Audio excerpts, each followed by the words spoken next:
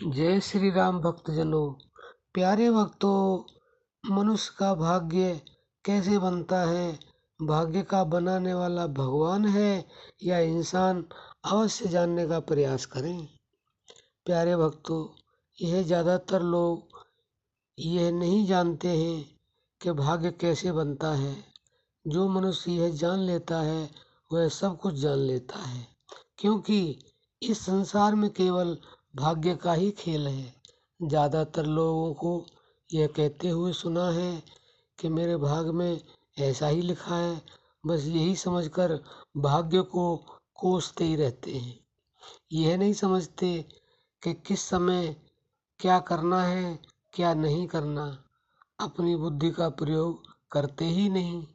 जैसा सुन लिया, पढ़ लिया, वैसा ही करने लगते हैं।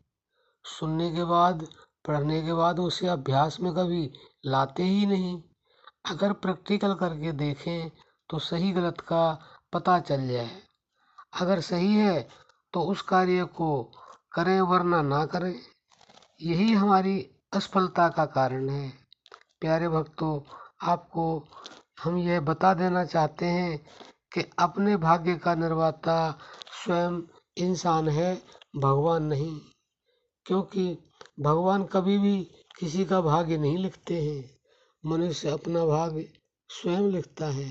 भगवान तो सिर्फ इतना करते हैं कि मनुष्य जैसा कर्म करता है उसे वैसा ही फल दे देते हैं। जो अज्ञानी होते हैं वही भगवान को दोष लगाते हैं। ज्ञानी कभी दोष नहीं लगाता है। कहता है भगवान ने मेरे भाग्य में क्या लिखा है। भगवान ने तो मनुष्य को कर्म करने की पूरी स्वतंत्रता दी है। अच्छा करे या बुरा, फल उसको वैसा ही भोगना पड़ता है।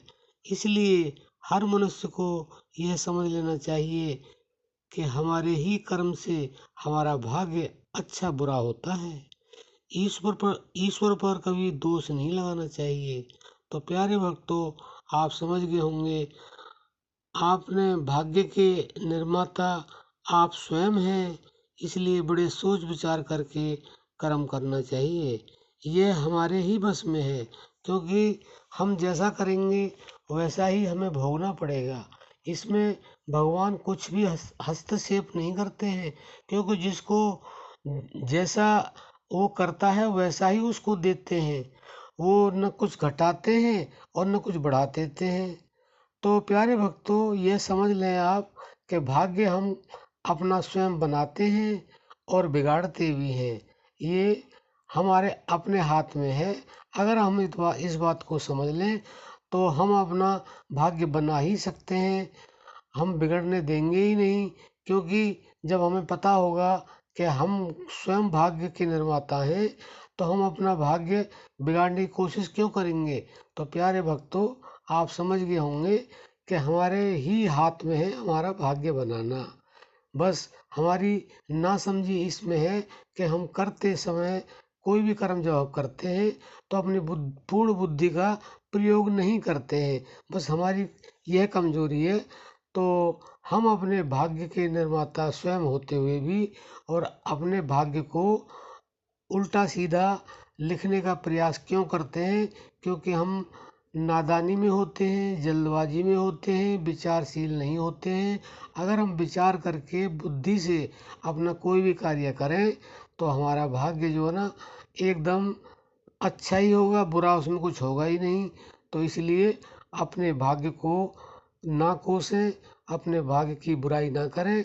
हाँ, कर्म पर ध्यान दें तो आपका भाग्य अपने आप निर्मल हो जाएगा, आपका भाग्य उज्जवल होगा, इसमें कोई संदेह नहीं है।